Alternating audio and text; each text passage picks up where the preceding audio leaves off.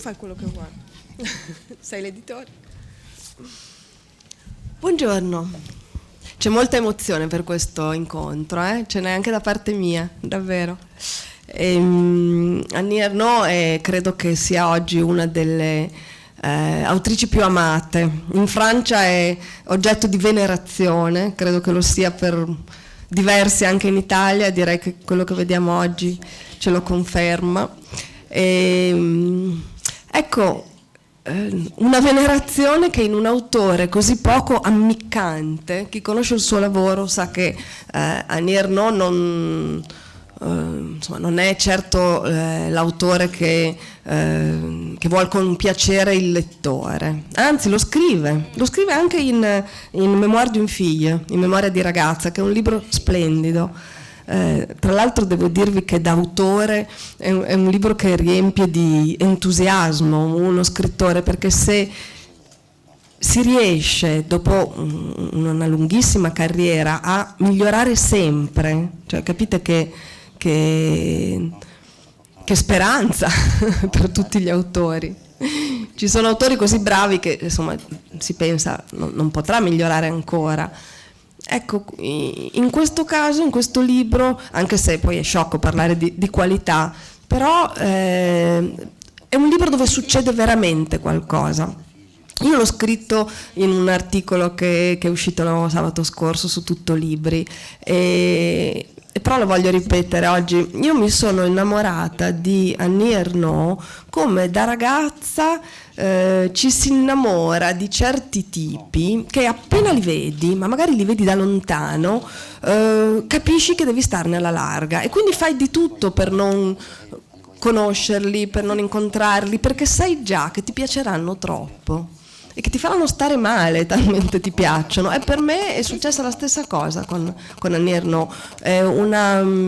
Un'amica che qui mi aveva regalato Gli anni, Les années, che insomma è forse il suo successo internazionale più importante, e l'avevo cominciato, però non so, non lo capivo, forse non l'avevo capito. Poi è successo che l'Orma mi ha chiesto di presentare quesro libro, Mémoire d'une fille, e allora prima che arrivassero le bozze, perché è un libro appena uscito, sono andata a leggermi tutti gli altri libri presentati, tradotti dall'Orma, e devo dire che mi sono innamorata follemente. E quando poi è arrivato questo ero a bocca aperta, perché è talmente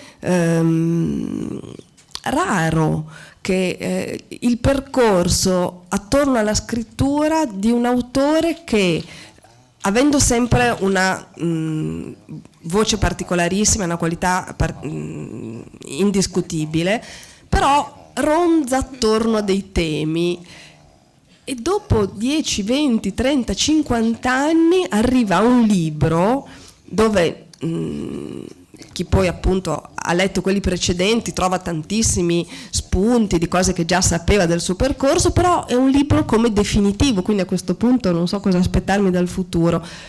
Va bene, sto facendo tante chiacchiere, l'avete capito che sono davvero emozionata anch'io. Vi parlo un po' di questo libro e magari vi leggo anche qualche frase prima di far parlare lei, perché così come voi anch'io sono qui per lei. È la storia di una ragazza che nell'estate del 1958 per la prima volta esce da casa. Questa ragazza è Annie Ernaux, ma il percorso attorno a questa ragazza è come un'inchiesta dell'autrice. È lei, ma forse è come se non fosse lei. Tale è la distanza che lei riesce a avere da questo personaggio.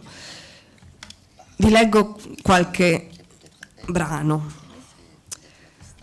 Ho voluto dimenticarla anch'io, quella ragazza, dimenticarla davvero, ossia non avere più voglia di scrivere di lei, non pensare più di dover scrivere di lei, del suo desiderio, della sua follia, della sua idiozia e del suo orgoglio, della sua fame e del suo sangue prosciugato. Non ci sono mai riuscita.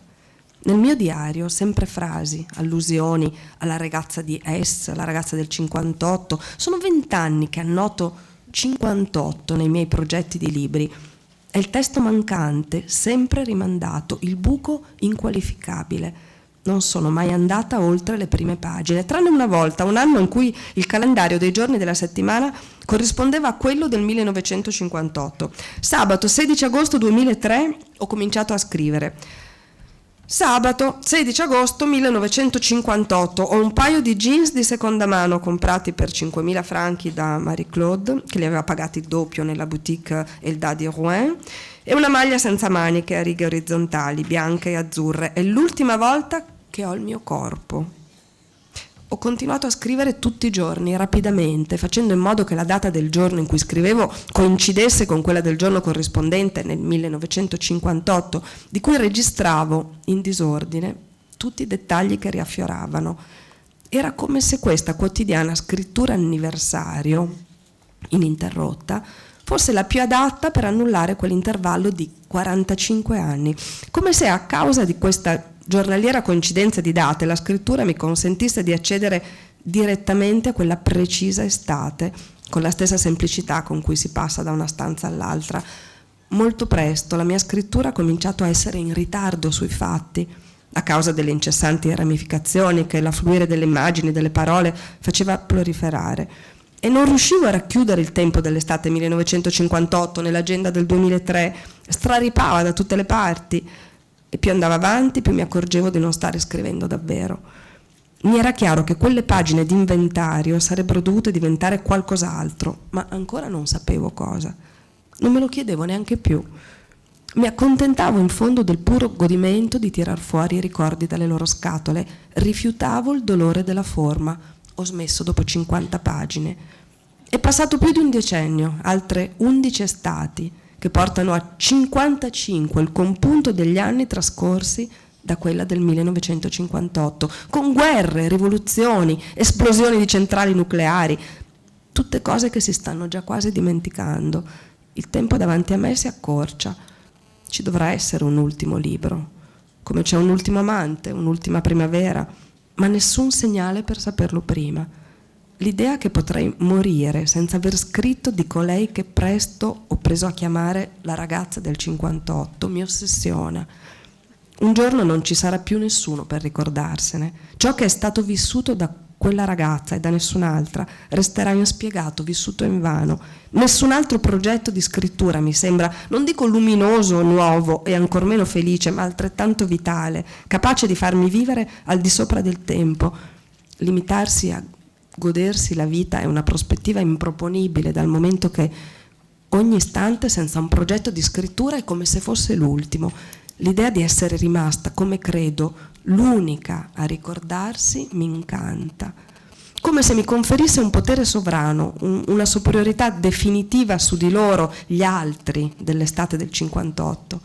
Il lascito ereditato dalla vergogna dei miei desideri, dei miei sogni sconclusionati per le strade di Rouen, del mio sangue di diciottenne prosciugato come quello di una vecchia, la grande memoria della vergogna, più minuziosa, più irremovibile di tutte le altre, quella memoria che, insomma, della vergogna è lo specifico dono.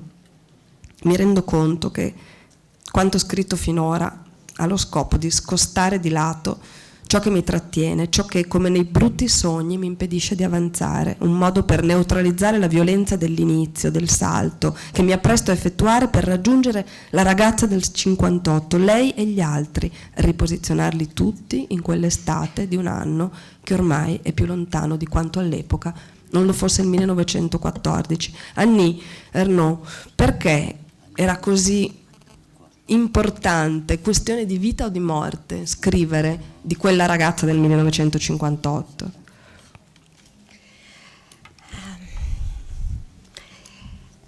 Je sais seulement que c'était une question qui m'a taraudée depuis que j'ai voulu écrire, que j'ai commencé d'écrire. Et on voit d'ailleurs à la fin de Mémoire de fille que je commence un livre donc 2 ans après, après les faits, et que je veux parler de ça, mais je n'y arrive pas. Du moins, je le fais d'une façon qui est très floue, qui ne dit pas la réalité. Et sans doute, je n'en étais pas capable 2 ans après. Mais c'est le geste d'écrire. C'est par là que j'ai commencé d'écrire, et j'avais 22 ans. Et ensuite, j'ai vraiment, alors à ce moment-là, voulu oublier. Et quand j'ai recommencé d'écrire 10 ans après, j'avais ma vie, enfin beaucoup de choses ont fait que j'ai écrit tout autre chose. J'ai écrit sur essentiellement la honte sociale. Mais après avoir écrit ce livre, à chaque fois, je pensais qu'il fallait que j'écrive sur la honte de fille. Et puis, je n'y arrivais pas. Et donc, j'écris plein de livres, au fond. Plein de livres. Et après les années, je savais qu'il fallait que, voilà, le temps passant, il fallait que j'écrive là-dessus, que je retrouve, que je plonge plutôt, dans cet été-là, cet été de 1958, et que j'aille au bout de quelque chose, parce que c'est un livre pour moi, c'est toujours aller au bout de quelque chose pour trouver une vérité, je n'en suis pas sûre, mais trouver quelque chose, déplier quelque chose et faire en sorte que voilà, quelque chose soit trouvé, mais que je ne sache pas toujours ce que c'est. Mais c'est au fond ce qui compte, c'est de l'écrire. C'est l'écriture qui compte, voilà. C'est long à traduire. C'est long, mais c'est beau. Ma è bello. Ma perché so solo che è una questione, quella di scrivere su quella ragazza del 58, che mi ha sempre interrogato come un tarlo da subito. D'altronde anche alla fine del libro di Memorie di ragazza, la protagonista, io, prova a scrivere un libro 2 anni dopo che si sono svolti i fatti di cui si narra fino a quell'altezza del libro stesso. Prova a scriverlo e non ci riesce. I fatti che tenta di fare rivivere le risultano opachi, sono molto distanti da un'idea di verità di ciò che aveva realmente vissuto. In compenso quello che fa è che prova a scrivere, cioè c'è questo gesto, cioè il gesto della scrittura per me è nato in quel momento, nel tentativo di recuperare ciò che la ragazza del 58 aveva fatto. Quindi nasce 2 anni dopo, nasce quando ho 22 anni, 10 anni dopo poi invece, dopo questo primo fallimento di scrittura, inizierò a scrivere, inizierò il mio percorso di scrittrice propriamente detto e parlerò di tutt'altro però, parlerò di un tipo particolare di vergogna che è la vergogna sociale, quindi di una vergogna delle origini, una vergogna data dalla classe di appartenenza. Scritto quindi quel primo libro mi sono reso conto che ciò di cui dovevo scrivere era di un altro tipo di vergogna, cioè di una vergogna di ragazza, la vergogna che avevo vissuto appunto nel 58. Da allora i miei libri si sono accumulati, ho scritto moltissimi libri e ogni volta che ne ho terminato uno avevo l'impressione che quello che avrei dovuto scrivere in seguito sarebbe stato tornare su quei fatti, su quella vergogna della ragazza del 58.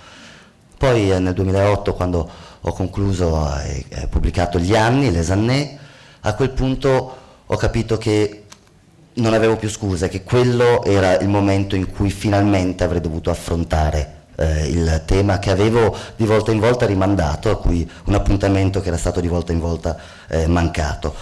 Mi sono immersa dunque nell'estate del 58 perché dovevo andare fino in fondo. Per me scrivere un libro, scrivere libri è il tentativo di andare sempre fino in fondo di qualche cosa per trovare una verità che è opaca, una verità che non mi è chiara, soprattutto che non mi è chiara prima che io inizi a scrivere, quindi una verità che poi emerge attraverso l'atto della scrittura.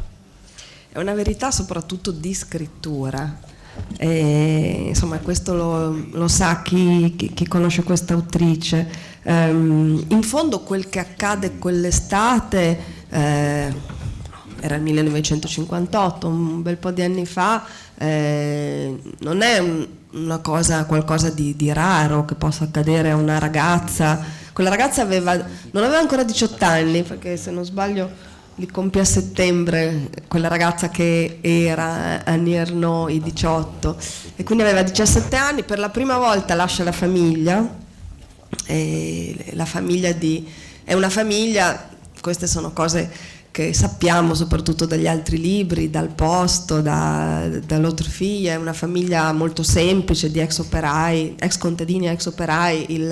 Il padre ha aperto un bar alimentari a Lillebonne dove è nata quella ragazza, che tra l'altro ha un'infanzia, mi sembra, ma dopo glielo chiediamo, piuttosto felice. Forse l'infelicità o comunque il senso di essere stranieri arriva nell'adolescenza, nel rapporto con gli altri, a scuola, perché da quello che ho capito l'infanzia è l'infanzia di una ragazza di una ragazza talentuosa, bravissima a scuola, grande lettrice, che visto che ha il papà che lavora nell'alimentare può mangiare quello che le pare nel negozio, e che in qualche modo è la regina di quella famiglia, è figlia unica. Lei scoprirà molti anni dopo che c'era stata una sorella prima di lei. Questo è tra l'altro il tema del libro precedente a questo. Ecco, è il modo in cui lo scopre, tra l'altro è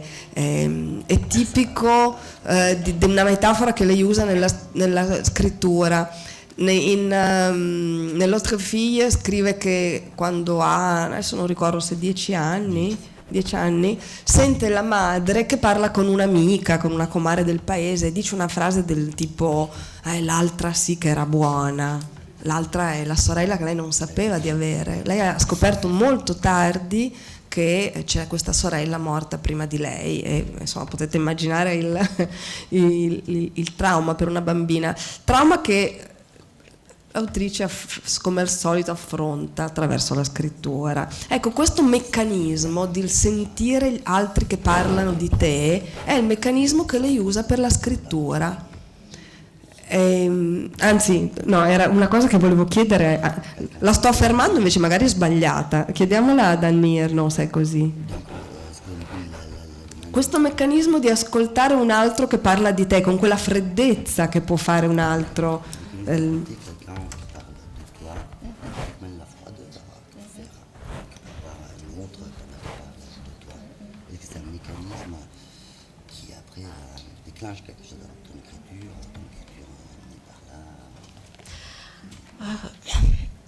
Non,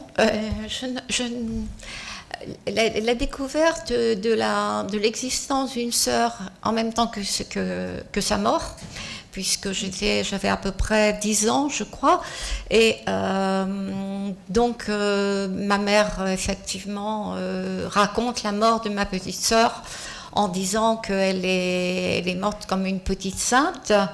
Donc oui, il y a eu un avant et un après. C'est un événement dans ma vie de découvrir que je ne suis pas enfant unique. Mais je ne peux pas lier, j'allais dire le livre Mémoire d'une fille et cette découverte-là, parce que c'est vraiment... quand je suis adolescente, quand j'ai 18 ans, je ne pense pas, je crois que je ne pense jamais à elle. Voilà, je ne pense jamais à elle. J'ai complètement surmonté cette idée de cette sœur. Voilà, donc c'est très difficile je refuse la psychanalyse facile de dire parce que je suis l'enfant de remplacement, ce qu'on appelle l'enfant de remplacement. Il y a quelque chose de vouloir toujours au fond, prouver qu'on est meilleur que l'enfant qui est que la petite sainte. Mais je me hasarde pas là-dedans, dans ce... Voilà. Sì, io effettivamente ho scoperto dell'esistenza e al contempo della morte di questa sorella che non avevo mai conosciuto quando avevo circa 10 anni. L'ho scoperto giustamente ascoltando delle frasi rubate all'ascolto da mia madre, sentendola dire è morta come una piccola santa, riferita all'altra, questa sorella mai conosciuta.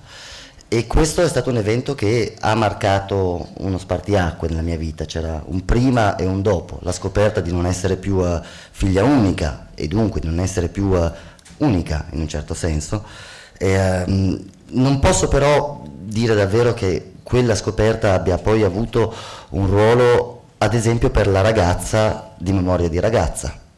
Nel 58, a 18 anni, era già lontana l'idea di quella piccola santa e allo stesso tempo, certo, poi c'è stata l'esperienza di scrittura a proposito di quella scoperta, a proposito di quel trauma. Allo stesso tempo però mi sta a cuore anche sottolineare come non abbia avuto un ruolo, comunque rifiuto, non sento mia, un'interpretazione psicanalistica o psicologizzante, secondo la quale il figlio, la figlia sostitutiva che ero io, quindi sostituta dell'altra, doveva essere in qualche maniera migliore o confrontarsi continuamente con quell'altra figlia assente. Questo non è stato poi presente nella mia esperienza di donna e soprattutto non lo era all'altezza di quella ragazza del 58. Sì, in realtà ha fatto un grosso inciso, mi rendo conto, troppo grosso, saltando da un libro all'altro. Io stavo parlando della scrittura, perché c'è un'altra immagine in Memoria di ragazza dove lei dice: io cerco un modo di parlare di me come se ascoltassi, come quando si ascolta una conversazione dietro una porta e c'è qualcuno che sta parlando di te, con quella freddezza, con quel distacco. È una cosa forte, dolorosa, e che però ci restituisce un'idea di noi che è molto difficile che siamo noi ad avere. Era quello che stavo evocando, giusto per chiudere questa parentesi. Oui, vous avez raison. Il y a effectivement dans Mémoire de fille au moins deux passages où j'évoque à chaque fois cette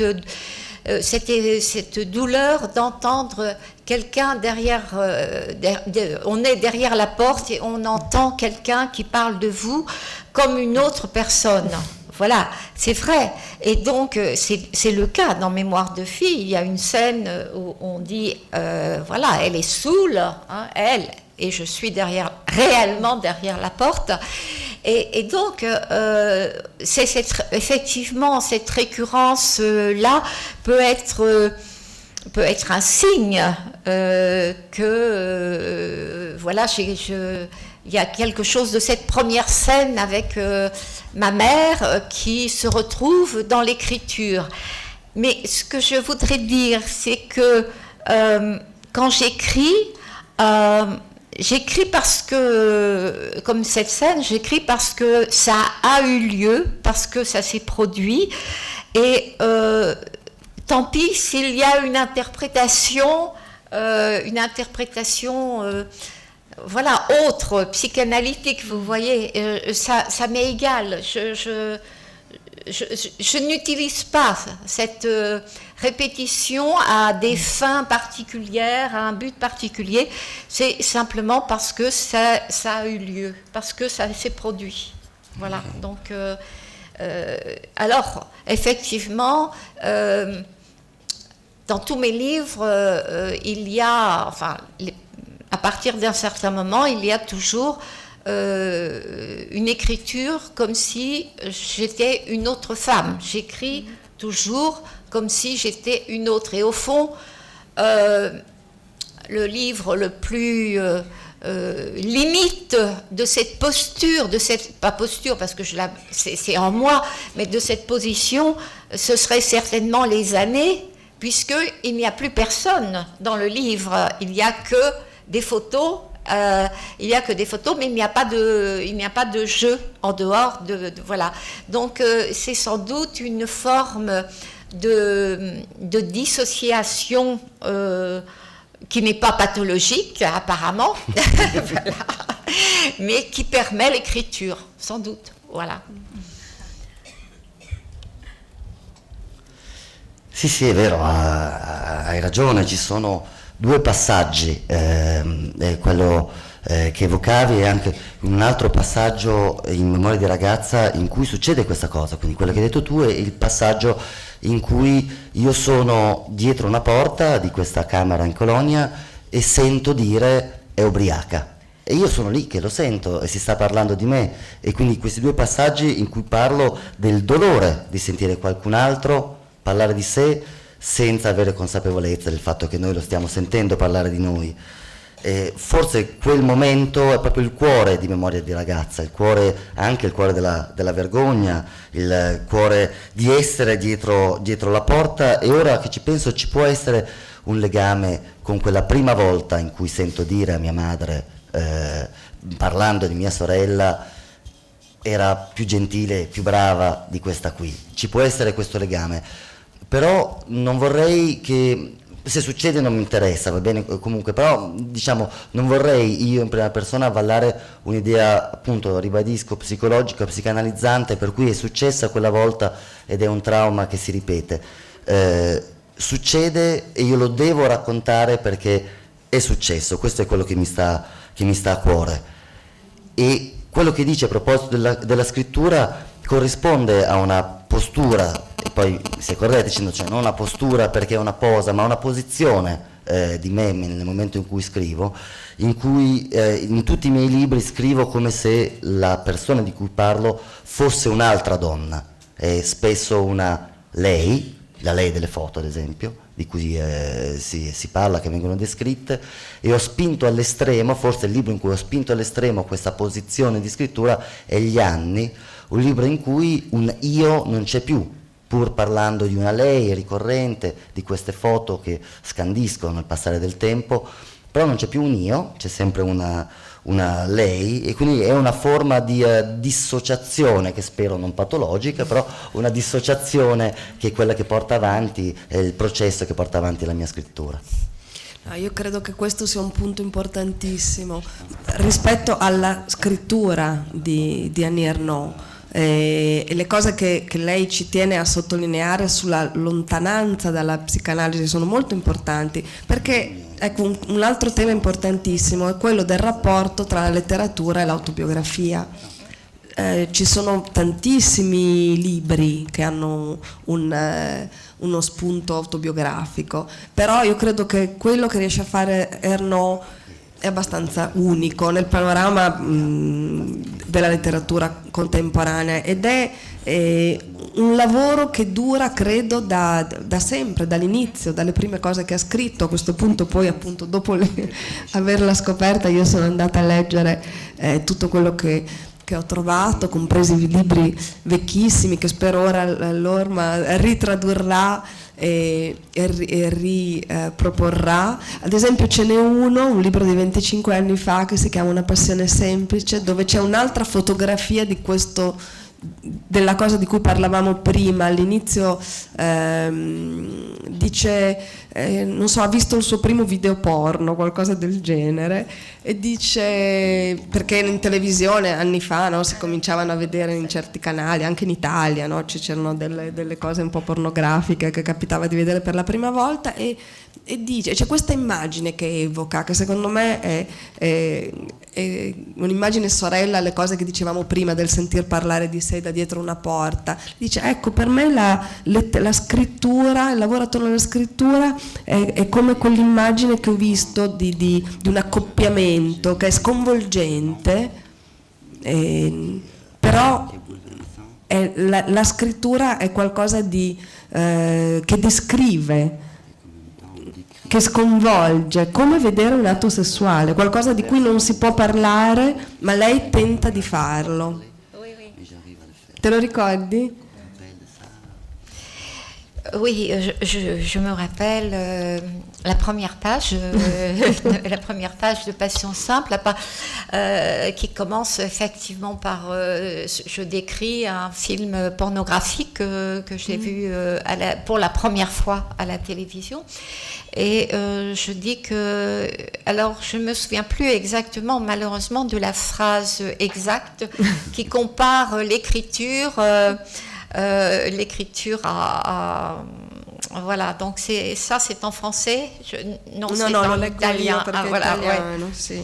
Non me ne vuoi Lorenzo se leggo tanto tu lo tradurrai presto anche questo. No, ci tengo a leggervelo perché ecco, sono solo 4 righe. Sono solo 4 righe. Mi è parso che la scrittura dovesse tendere a questo: l'impressione che provoca la scena dell'atto sessuale, l'angoscia e lo stupore, una sospensione di giudizio morale. Ecco questo. La sospensione del giudizio morale. La suspension du jugement moral, oui. C'est effectivement, je pense, j'exprime là ce que je fais. Et en particulier, on peut très bien l'appliquer, cette phrase, à Mémoire de fille, puisque il faut absolument que je déblaye tout ce qui m'a empêché d'écrire sur cet été-là. Il faut que que j'oublie le bien et le mal d'une certaine façon pour essayer de voir pourquoi, comment, plus que le pourquoi, comment j'ai agi, comment c'est arrivé, et comment tout s'est enchaîné. Et c'est ça, c'est en évitant absolument toute idée de jugement moral. C'est ça. Alors que je suis pleine de jugement moral sur cet été-là, bien sûr. Et oui, donc il y a eu la honte postérieure, si je puis dire, d'avoir accepté tout de ce garçon pendant une nuit. Ensuite, avoir honte d'en être tombée amoureuse folle, absolument folle, et avoir en plus avoir eu honte de ne pas avoir eu honte. Qu'est-ce que je veux dire par là? C'est-à-dire que pendant pas mal de semaines, je me suis comportée avec une forme de plaisir dans le changement d'un garçon et d'un autre, à une époque où c'était mal. Voilà, à une époque où c'était mal. Mais je n'avais justement pas honte. Et donc, ensuite, j'ai eu honte de ne pas avoir honte.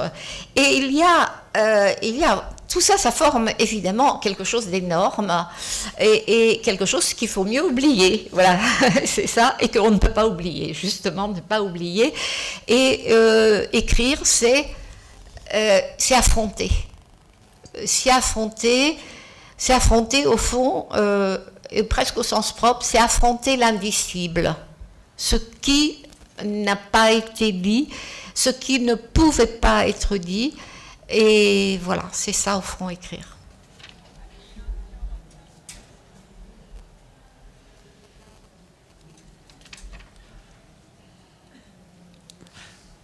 Sì, ciò che dici e recuperare quella frase è importante anche nella misura in cui è molto molto pertinente con quello che ho fatto in Memorie di ragazza. L'idea di sospendere il giudizio morale. Per scrivere Memorie di ragazza ho dovuto in tutti i modi dimenticarmi il bene e il male, per riuscire a capire prima ancora che il perché quella ragazza ha agito in determinate maniere, riuscire a rievocare esattamente il come, che cosa ha fatto, come si è comportata in quelle situazioni, quali erano quelle situazioni, perché ha agito in quella maniera e non in un'altra. E evitare ogni giudizio morale non è facile nella misura in cui io sono piena di giudizio morale nei confronti di come ha agito quella ragazza. Certo che ce l'ho un giudizio morale, certo che vorrei forse che avesse agito in un'altra maniera. Ci sono delle vergogne che si accumulano. C'è la vergogna di aver accettato tutto da quell'uomo di cui mi sono innamorata, di aver accettato troppo. La vergogna di essermi innamorata di un uomo che mi ha fatto accettare cose che non avrei voluto accettare, che mi ha fatto dunque fare delle cose che erano male, considerate male all'epoca, in un'epoca in cui ciò che ho fatto era un male, e poi la vergogna di non essermi vergognata, che si accumula quindi l'una dopo l'altra, e gestire tutto ciò è qualcosa di enorme, è qualche cosa che vorrei dimenticare, avrei voluto in qualche maniera dimenticare, qualcosa da dimenticare che non puoi dimenticare. E allora la scrittura che cos'è in fondo, se non esattamente questo, quello di affrontare l'indicibile, affrontare l'ingestibile e tentare di ricordare invece, di strappare all'oblio anche quei momenti così difficili, però farlo, ribadisco, senza esprimere un giudizio morale. Lei dice che scrivere l'aiuta a comprendere e sopportare. È così? A sopportare cosa?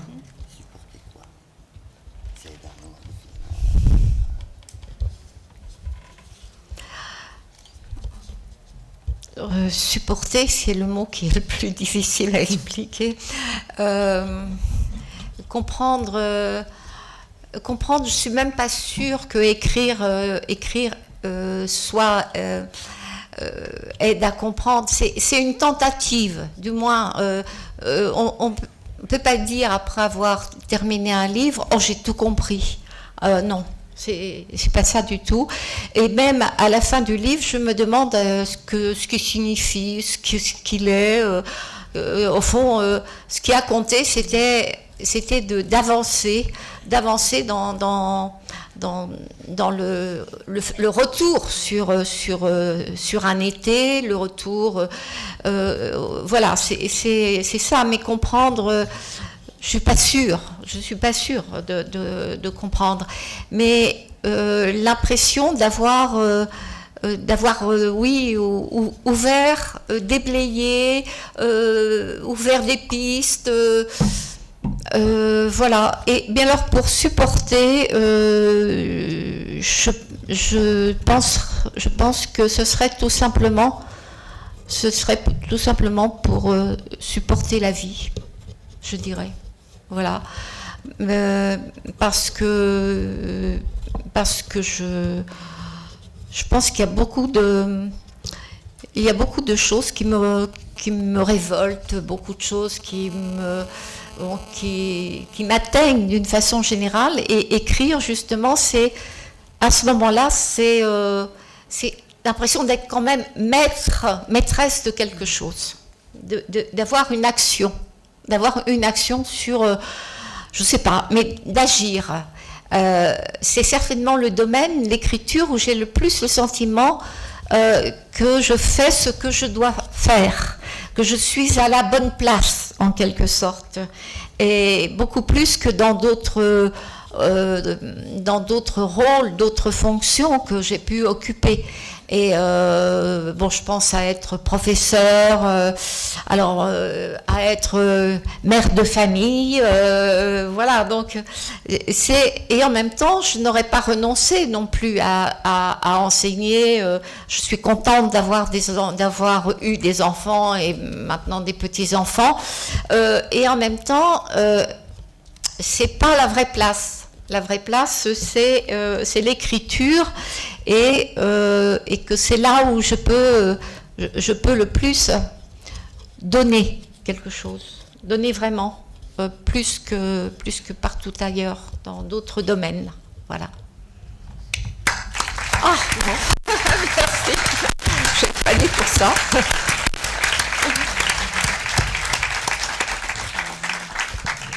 Questo è uno dei momenti in cui vorrei che foste tutti perfettamente francofoni per sentire esattamente le parole di Annie e non la mia pallida resa adesso. Comunque ci provo, partendo dalla domanda di Daria, precisamente, quindi capire e sopportare la scrittura. Sopportare è la parola forse più difficile di tutti da spiegare. Cominciamo col capire. Capire, non sono neanche così sicura, a dire il vero, che la scrittura mi serva davvero a capire. Alla fine di un libro non arrivo dicendo ho capito tutto, ma mi sembra di aver aperto delle piste, di aver intuito dei percorsi, di aver dispiegato un passare del tempo, come ad esempio nell'estate del 58. Quindi ho avanzato nel cammino del ripercorrere quel percorso, e sì, forse qualche cosa in più l'ho capito, ma sicuramente non tutto. Sopportare, pensandoci bene, forse sì, significa solo sopportare la vita, ecco tutto. Insomma, ci sono molte cose che mi toccano, molte cose che mi danno fastidio, molte cose contro le quali sento di volermi rivoltare nella vita, e poi nella scrittura invece ho l'impressione di essere più maître della situazione, più saper dominare la situazione. Essere dentro la scrittura significa per me avere l'impressione di agire più che in qualsiasi altra situazione della vita, e dirmi: ecco, qui sono nel posto giusto, qui sto facendo quello che devo fare. Più che in tutte le altre situazioni della vita intendo gli altri ruoli che nella vita una persona affronta. Nel mio caso professoressa, madre di famiglia, tutte cose che ho fatto molto volentieri, non ho nessun rimpianto. Non ho rimpianto di aver avuto dei figli, adesso dei nipoti, al contrario, ma il vero posto in cui sento davvero di poter dare qualcosa, di dire sì, io qui ci sono, è la scrittura. Questa era la mia prossima domanda, ma ha già risposto.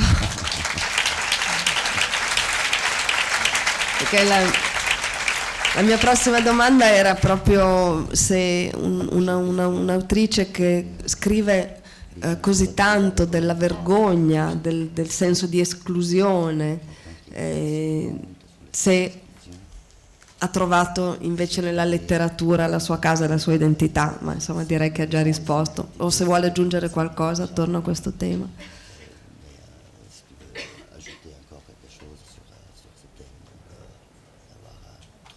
Se no passiamo oltre.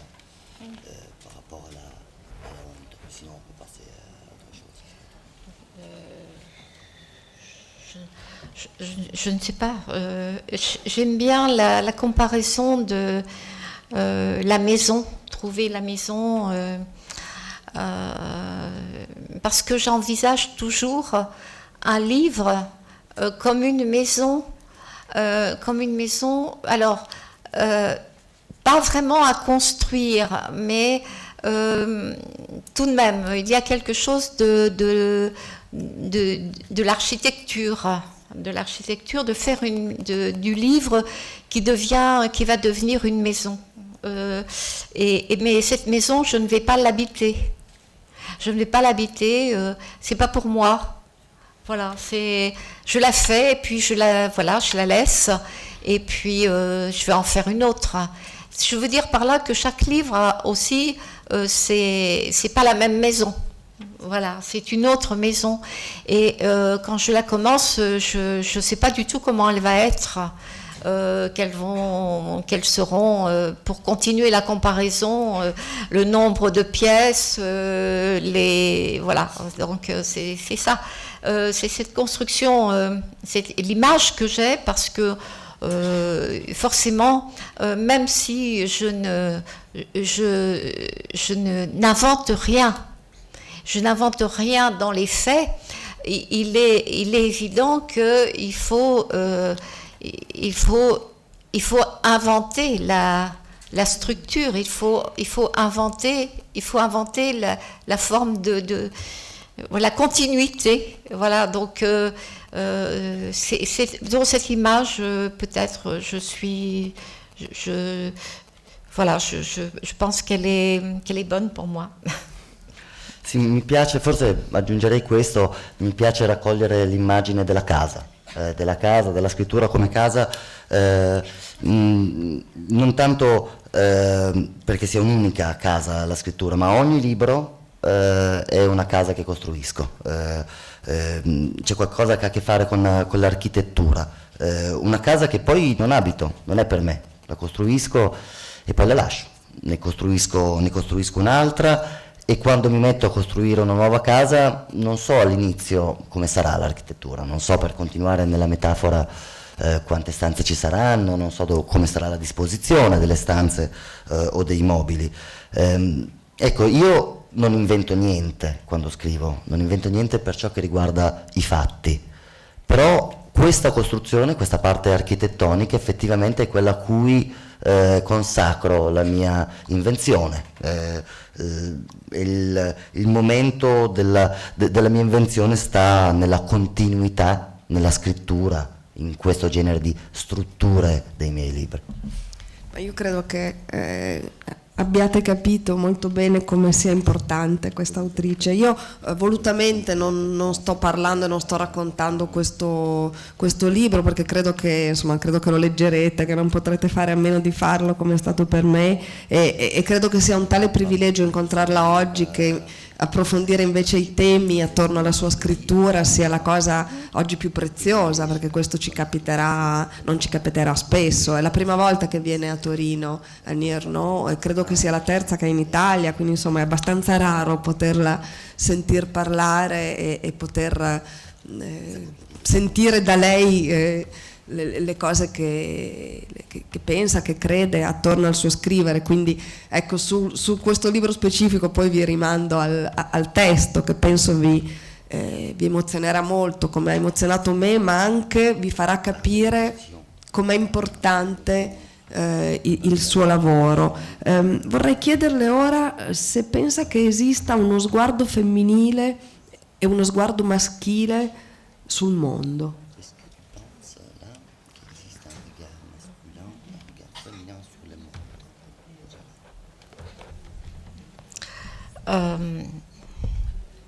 Oui, je pense. Je pense, mais pas entièrement, pas antagoniste, mais il y a des différences de regard. Parce qu'on voit, on verra dans le livre qu'au fond, c'est d'un bout à l'autre, c'est tout de même un corps de fille qui est en jeu. Et des questions aussi, alors là, qui peuvent évoluer aussi, et malheureusement c'est trop lent, mais qu'il y a, pèse une domination diffuse masculine effectivement, donc on n'aborde pas l'expérience de la sexualité de la même façon dans un monde où l'hégémonie masculine est répandue, et l'inverse, on ne l'a jamais connu de toute façon. Il n'y a jamais eu de domination féminine d'une manière générale dans une société. Alors évidemment, à l'intérieur d'un couple, à l'intérieur d'une famille, effectivement, on peut très très bien avoir une inversion de cette domination, mais dans une société globale, il n'y a jamais eu de domination féminine. Donc voilà, donc ce regard, le regard sur le monde que portent les hommes et les femmes ne peut pas être le même dans ce type de société, et également donc parce qu'on a des corps différents, voilà. Mais bon, voilà.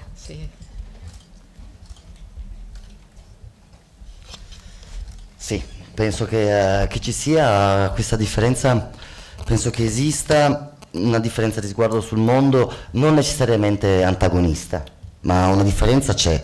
E d'altronde, tornando all'esperienza di Memoria di ragazza, dall'inizio alla fine si tratta di scrivere su un corpo femminile. Quello che è in gioco è un corpo femminile e la sessualità vissuta da quel corpo femminile e dal corpo maschile, che invece vive quel corpo di ragazza, è una storia di dominazione. C'è una dominazione maschile in una società in cui esiste una dominazione maschile forte.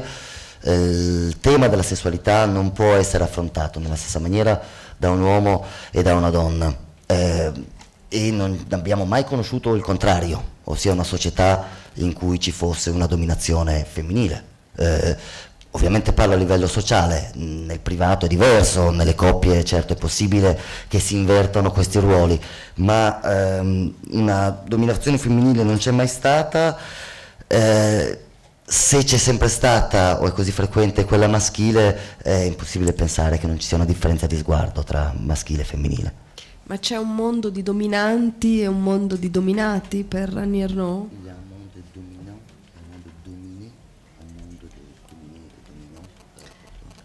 Il y a toute forme de domination dans le monde. Il y a effectivement une domination sociale avec évidemment des degrés. Il y a des degrés. On peut être dominant socialement et dominer de manière féminine, par exemple. Donc oui, je pense que c'est... Si vous voulez me faire dire qu'il y a une lutte des classes et une lutte des sexes, oui, voilà. Bene, qua, sì, ci sono dominazioni di ogni tipo, penso, no? E quindi ci sono un mondo di dominati, ci sono i dominati, i dominanti, dominazioni sociali con diversi gradi poi anche di fusione tra queste forme di dominazioni, quindi si può essere dominanti socialmente e dominate ad esempio in quanto donna. E per rispondere più francamente, se la questione è se io penso che ci siano una lotta di classe e una lotta femminile, sì, penso proprio di sì. E pensa che sia sempre la stessa o che si sia trasformata in questi anni? Cioè la fotografia di quell'estate del 1958, quando la protagonista di questo libro stava per compiere 18 anni e c'è una fotografia molto chiara di dominazione del sesso maschile su quello femminile, crede che sia la stessa che c'è oggi tra i sessi o che invece sia cambiato il tipo di rapporto tra uomo e donna? Non, ça change toujours. Hein. Les formes de la domination changent toujours, mais elles sont. Je ne vois pas l'évolution que j'avais espéré voir entre les années 70 et les mouvements féministes des années 70 et où nous en sommes maintenant. C'est très lent, les modifications des rapports de genre. Des rapports de genre, alors même si maintenant on parle de genre et non pas de sexe, et je trouve ça très bien, mais les mêmes problèmes demeurent, et notamment un qui est quand même très important pour la majorité des femmes, c'est que justement, je reviens à la maison d'une manière générale, c'est-à-dire de la matérialité d'une famille, c'est la femme qui, dans une famille, un couple, et encore à plus forte raison quand il y a des enfants, a dans sa tête, c'est ce qu'en France on appelle la charge mentale. Elles sont les femmes qui ont la charge mentale de toute l'organisation des vacances, de la journée, de tout ce qui est matériel. Et comme elles ont maintenant, en plus, la plupart du temps, toutes les femmes ont une profession, donc il y a une sorte, on a la tête qui est toujours encombrée d'une certaine manière, vraiment, et il y a toujours, on retrouve un schéma de celui du deuxième sexe de Simone de Beauvoir, qui à l'époque évoquait que les hommes transcendance et les femmes dans l'immanence. Alors évidemment, c'était tout à fait discutable depuis, hein, on a discuté pas mal ça, mais on retrouve quand même ça. on retrouve qu'une forme donc de liberté, plus grande possibilité de liberté, de réalisation pour les hommes que pour les femmes, ou tout simplement de jouissance de la vie. Que les femmes ont continuellement toujours quelque chose à faire. Voilà, c'est ça. Et il y a une bande dessinée qui a un grand succès en France. Alors j'ai oublié le titre, mais peut-être qu'elle sera traduite et que j'ai trouvé extrêmement pertinente, qui évoque d'une manière drôle, humoristique, c'est cette charge mentale. Voilà, je crois que ça s'appelle « T'avais qu'à demander ». Tu n'avais qu'à demander, en français relâché, t'avais qu'à demander. Alors l'exemple c'est, dit l'homme, tu as fait la vaisselle? Ben oui, oui, répond la femme, tu étais là à lire le journal. Et lui répond, t'avais qu'à demander. Et tout est tout le temps comme ça, t'avais qu'à demander. Voilà. Et c'est ça la charge mentale, c'est que nous, enfin les femmes, eh bien, on a ça tout le temps dans la tête et eux jamais. C'est vide, voilà. Enfin, c'est vide. C'est vide de ces choses-là. Oui, c'est dur à traduire. No, il problema è che non capisco la mia scrittura e quindi è gravissimo. Ah, certo, sì, ok. No, certo, rispetto ad allora le forme della dominazione cambiano sempre, quindi sicuramente ci sono stati dei cambiamenti, però devo dire non ho visto e non vedo l'evoluzione che potevamo aver sperato che ci sarebbe stata negli anni 70, nel periodo dei grandi movimenti di liberazione femminile. Da allora avremmo sperato meglio. Certo, adesso ad esempio parliamo giustamente di rapporto di genere invece che rapporto di sessi, e questo è sicuramente un passo in avanti, ma all'interno del rapporto di genere ci sono delle cose che sono rimaste molto simili, sono tendenze naturalmente.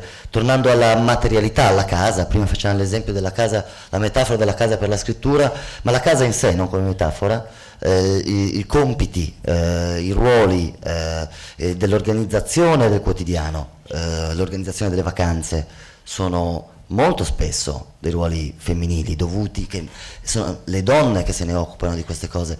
Questo carico mentale, questo peso mentale è un peso mentale femminile. Le donne hanno sempre la testa occupata, anche perché poi adesso molte donne, per fortuna giustamente, lavorano, quindi c'è la professione, ma resta ancora quel peso mentale nell'organizzazione delle cose della casa.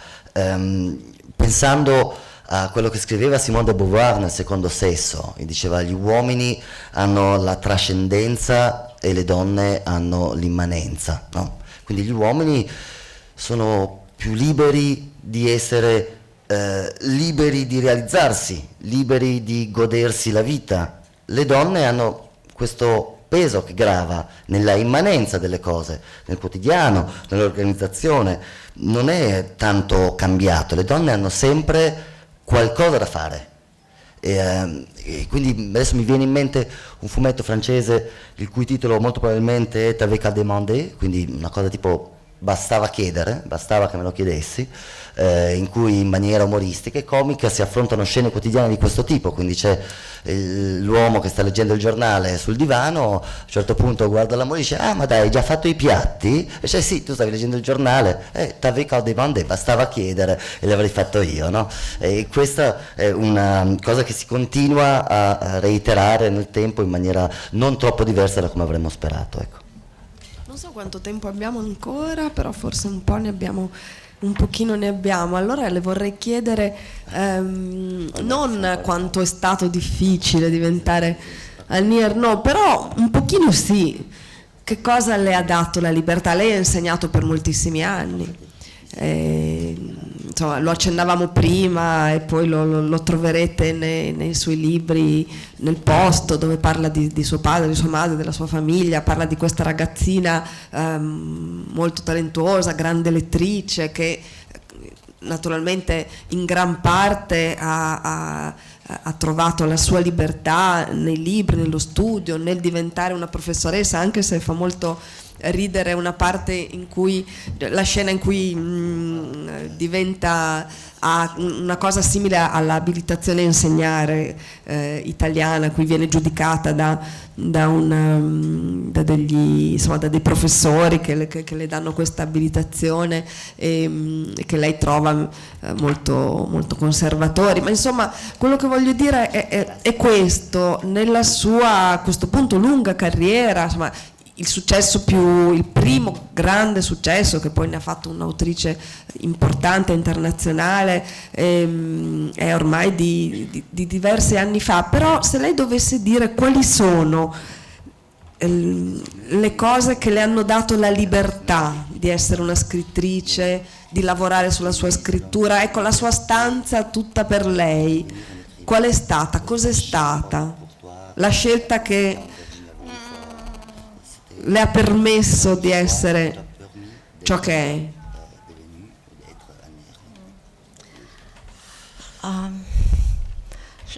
C'est très difficile de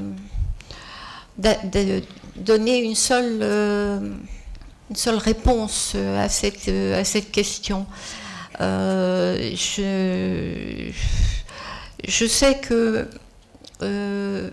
j'ai eu une mère quand même qui m'a permis, qui est dans l'enfance, qui m'a autorisé à lire tout le temps.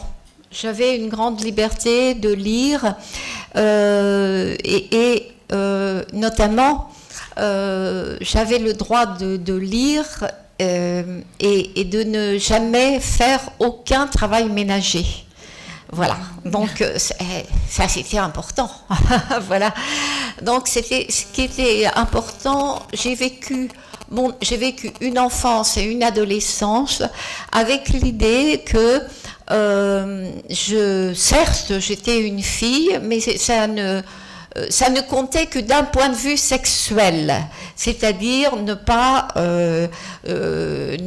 fréquenter les garçons, parce que les garçons c'était le diable. Voilà, bon, c'était le diable et les garçons vous empêchaient, voilà, c'était tout de suite retombé justement dans l'immanence en quelque sorte. Et donc j'ai vécu avec cette idée que j'étais faite pour faire des choses dans le monde, pour vraiment faire ce que je voulais faire.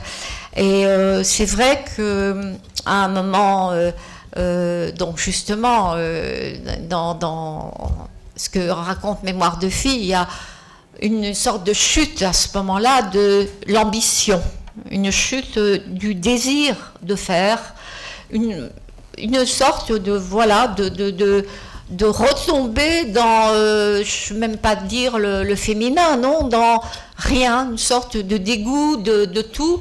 Et puis je crois justement que là vraiment je pense que l'éducation est tout. C'est-à-dire que ce que j'ai reçu pendant l'enfance justement de force, de dire que j'étais capable de faire de faire ce que j'avais envie de faire, c'est à ce moment-là, ça m'est revenu. Je crois que je mets tout sur l'éducation et que justement les femmes, nous les femmes, on est vraiment au premier poste justement parce que l'éducation se transmet jusqu'à nouvel ordre beaucoup par les femmes Et donc, si on accepte voilà, des différences quand on a garçon et fille entre les deux, et ça se joue des choses infimes, des toutes petites choses, eh bien, on perpétue cette sorte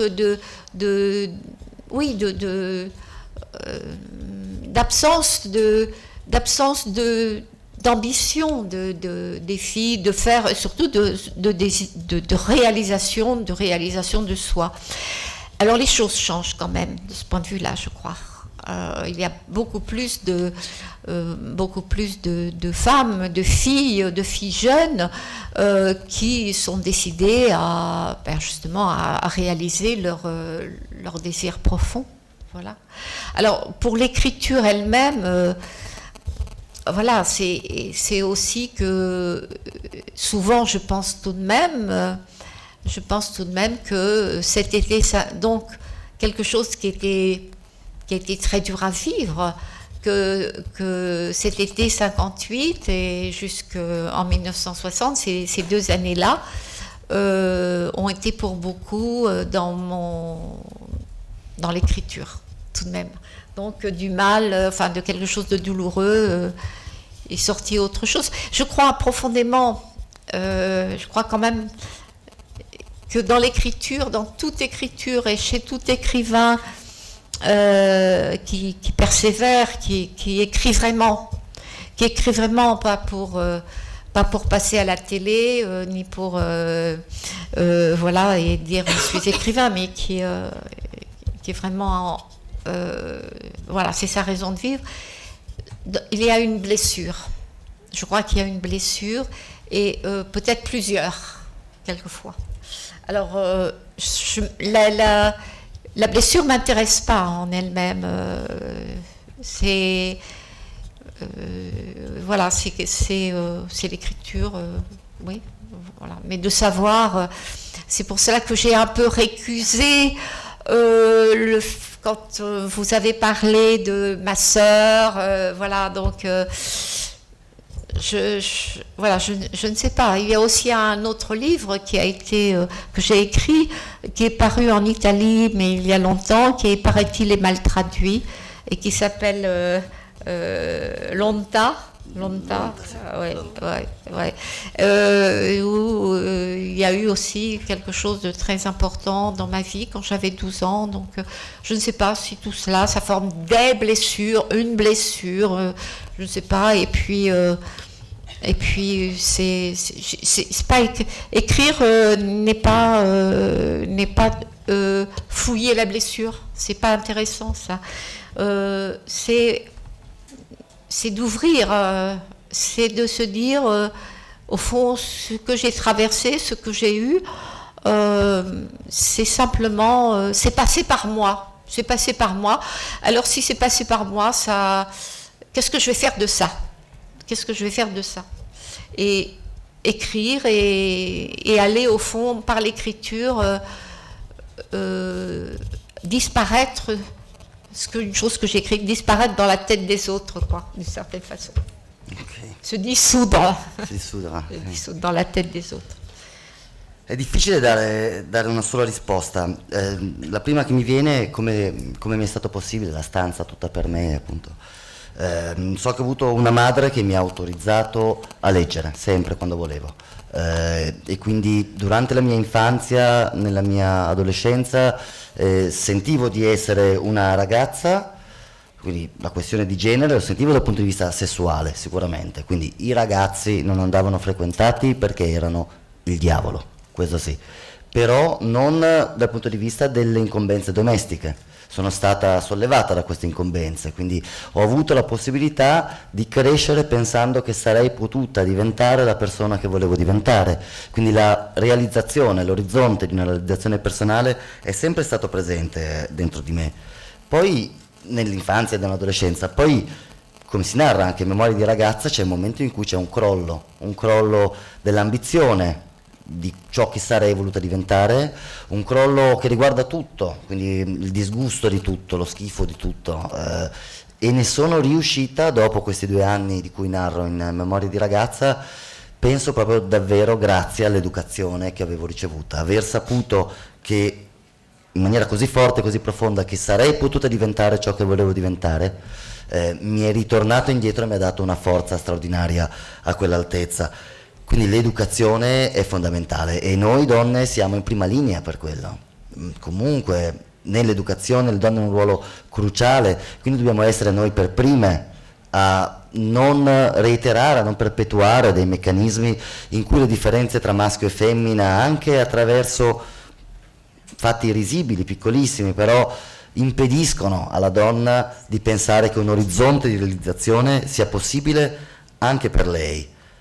Poi per fortuna io penso che questo sia proprio uno dei punti in cui le cose stiano cambiando, che siano cambiate, che la società sia cambiata, ci sono sempre più donne che hanno questo orizzonte di realizzazione aperto davanti a loro. Per la scrittura io penso, quindi che cosa poi mi ha portato a essere Annie Ernaux nella scrittura, penso che davvero in quei 2 anni, in quell'estate di cui si parla in questo libro, ci sia qualcosa di cruciale, qualche cosa di doloroso, da cui è uscito però il fatto che poi abbia iniziato a scrivere. Penso che per qualsiasi scrittore che scrive davvero, che ha intenzione di scrivere come se fosse la cosa più importante, qualsiasi scrittore che ha fatto della scrittura la sua ragione di vivere, ci sia sempre una ferita, forse anche più di una, però questa ferita c'è. Non è importante poi scrivere della ferita, la cosa importante è la scrittura. Non mi interessa andare a rimestare nella ferita.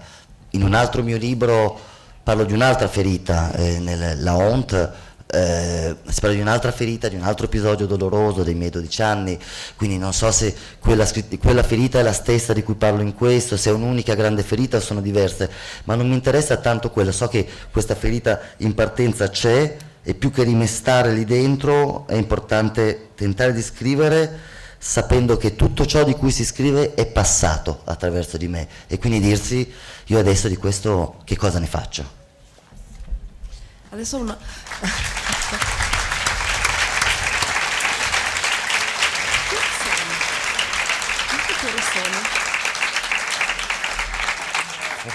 Chiedevo l'ora perché credo che siamo in ritardissimo, vero? Però ho un'ultimissima domanda frivola. Ci concediamo una domanda frivola alla fine di tutto questo? Allora, in questo libro meraviglioso, come avete capito, si comincia a parlare da un'esperienza molto insomma che segnerà, come avete visto, la protagonista del libro ma anche l'autrice per tutta la vita, e si parla di un uomo che lei descrive come questo capo educatore. La ragazza va in colonia la prima volta che esce da casa e dovrà educare dei bambini. C'è un capo educatore che è un uomo un po' grassoccio, lo paragona a Marlon Brando perché ha le labbra grosse e un po' pesante, insomma lei si innamora follemente di lui, che ha un tipo di relazione con lei che poi condizionerà la sua sessualità, la sua vita.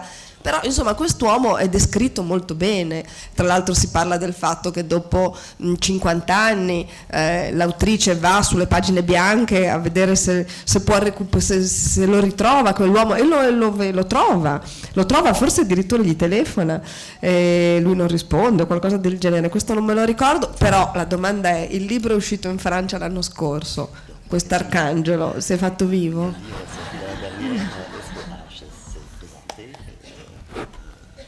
No. Grazie Annie Ernaux. Grazie a tutti, grazie, ci tengo a ringraziare personalmente ovviamente Annie Ernaux, Daria Bignardi, Nicola La Gioia per questo salone del libro fantastico.